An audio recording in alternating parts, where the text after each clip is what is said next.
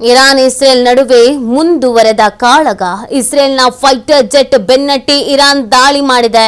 ಇಸ್ರೇಲ್ನ jet ಧ್ವಂಸ ಮಾಡಿದೆ Iran. ಇಸ್ರೇಲ್ನ F-35 fighter jet ಅನ್ನ ಧ್ವಂಸ ಮಾಡಲಾಗಿದೆ.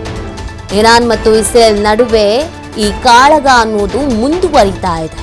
ಇಸ್ರೇಲ್ನ ಫೈಟರ್ ಜೆಟ್ ಅನ್ನ ಬೆನ್ನಟ್ಟಿ ಇರಾನ್ ದಾಳಿಯನ್ನ ಮಾಡಿದೆ. ಇಸ್ರೇಲ್ನ ಜೆಟ್ ಅನ್ನ ಧ್ವಂಸ ಮಾಡಿದೆ ಇರಾನ್. ಇಸ್ರೇಲ್ನ F-35 ಫೈಟರ್ ಜೆಟ್ ಅನ್ನ ಧ್ವಂಸ ಮಾಡಲಾಗಿದೆ.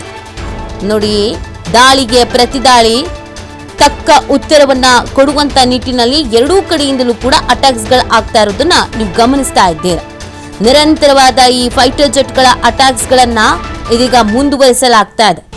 ದಾಳಿಗೆ ಪ್ರತಿಯುತ್ತರವನ್ನ ಕೊಟ್ಟೇ ಕೊಡ್ತೀವಿ ಅನ್ನುವಂತ ನಿಟ್ಟಿನಲ್ಲಿ ಇದೀಗ ಹೊಸ ಹೊಸ ರೀತಿಯಾದಂಥ ಪ್ರಯೋಗಗಳಿಗೂ ಕೂಡ ಮುಂದಾಗ್ತಾ ಇದೆ ಎರಡೂ ದೇಶಗಳು.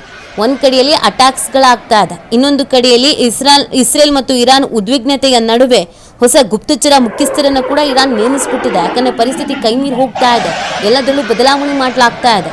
ನೋಡಿ, ಇಸ್ರೇಲ್ನ ಜೆಟ್ ಅನ್ನ ಧ್ವಂಸ ಮಾಡಿರೋದು ಇರಾನ್. ಇದು ಇಸ್ರೇಲ್ನ F-35 ಫೈಟರ್ ಜೆಟ್.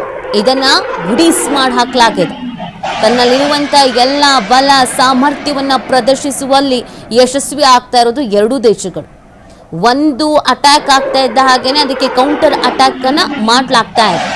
ಫೈಟರ್ ಜೆಟ್ಗಳನ್ನ ನಿರಂತರವಾಗಿ ಹೊಡೆದುರುಳಿಸುವಂತೆ ಕೆಲಸವನ್ನ ಮಾಡಲಾಗ್ತಾ ಇದೆ. ಯಾವುದಕ್ಕೂ ಕೂಡ ತಲೆ ಕೆಡಿಸಿಕೊಳ್ಬೇಡಿ, ನಾವಿದ್ದೀವಿ ಅಂತ ಎರಡೂ ದೇಶಗಳು ಅವರವರ ಪ್ರಜೆಗಳಿಗೆ ಹೇಳ್ತಾ ಇದ್ರೂ ಕೂಡ ಈ ಅಟ್ಯಾಕ್ಸ್ಗಳು ನಿರಂತರವಾಗಿ ಆಗ್ತಿರೋದ್ರಿಂದ ಸಾವು ನೋವಿನ ಸಂಖ್ಯೆಯಲ್ಲೂ ಕೂಡ ಏರಿಕೆ ಆಗ್ತಾ ಇದೆ.